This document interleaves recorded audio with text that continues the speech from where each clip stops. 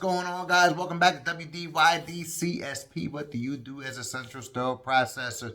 It's the return of the white t-shirt again. Alright, guys, so hopefully you guys seen my last video where I was testing our new irrigating sonic. So I wanted to talk about the instrumentation that you would put in an irrigating sonic. So guys, I believe, that anything that is cannulated, and the IFU supports sonication, has to go through the ultrasonic, irrigating ultrasonic. Now, there are some exceptions to the rules. Again, I am not a fan of putting insulated instruments into the ultrasonic because although I don't have the data, the hard data, to support it,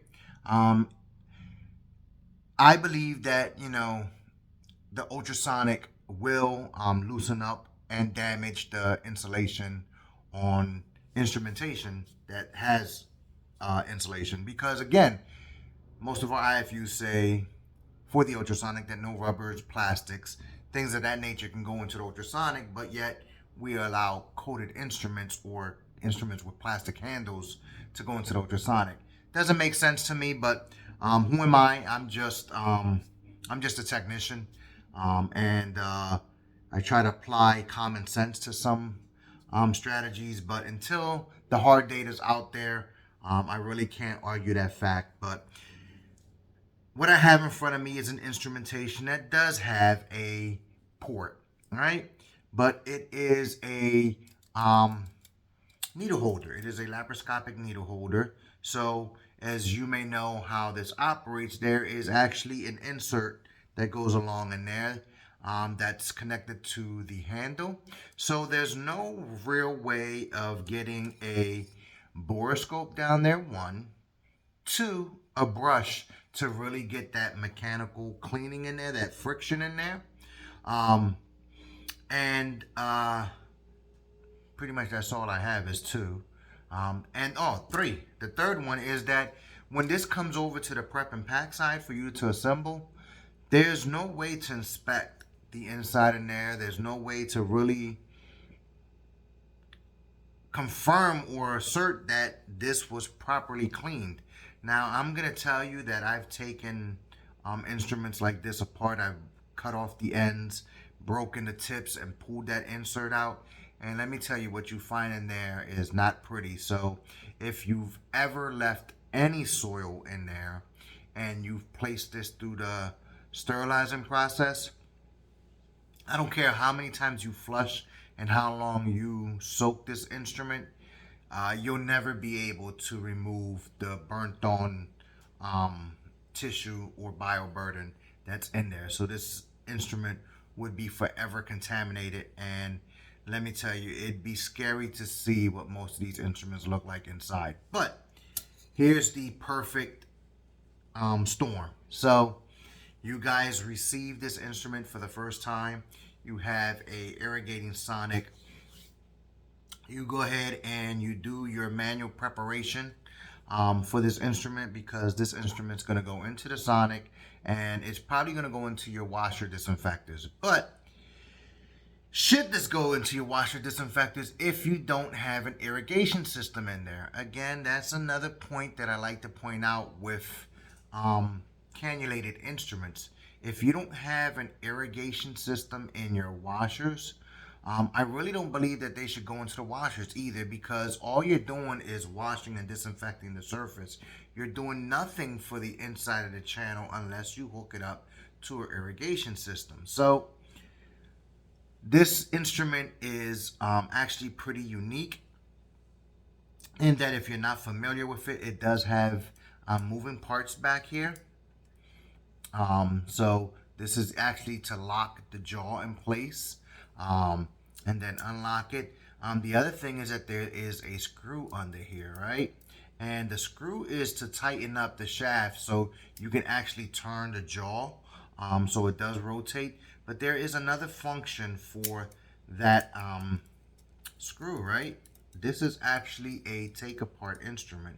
Now, I've never played, this is the first time I've ever seen this instrument, but there is a little screw Okay, the insert comes off.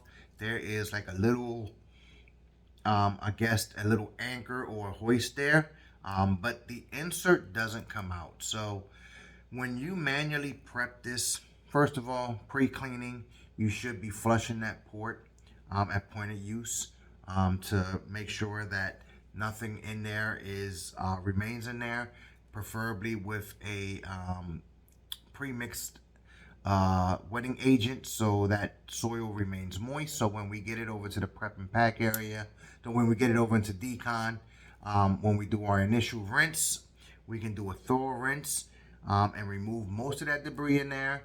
We're gonna do our soak and remember to prime that shaft until there's no bubbles at the end. Allow the appropriate soak time. Now again, there is no way to apply any friction in there, so you're gonna have to attach a syringe with some fluid and flush this several times. You should also do that when you're rinsing. Rinse it very well. In the ultrasonic, it's gonna go in pieces, right? So you want to go ahead and disconnect the spring in there so that this is freely open and closing, right? You want to keep these items in there. You want to connect your irrigation hose onto this port right here.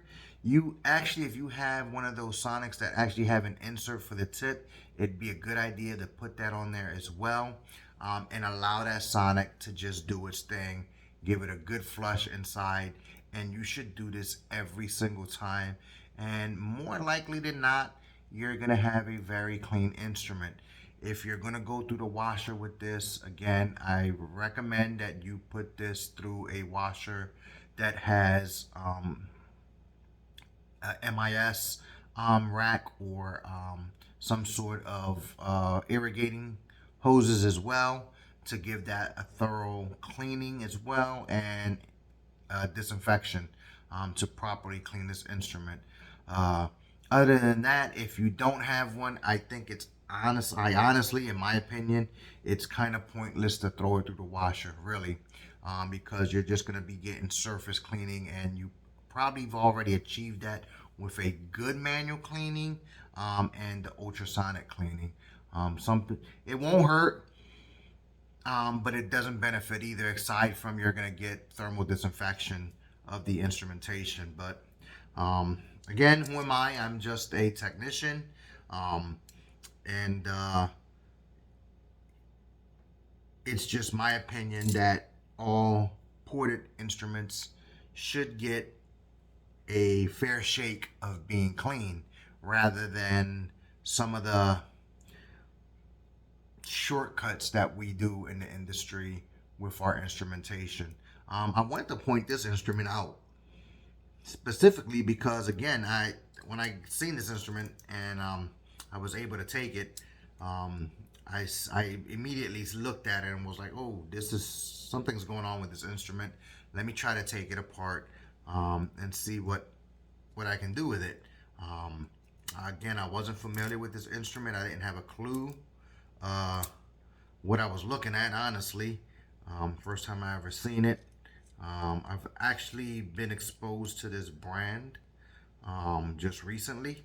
I never knew who this brand was until recent, but pretty cool instrument.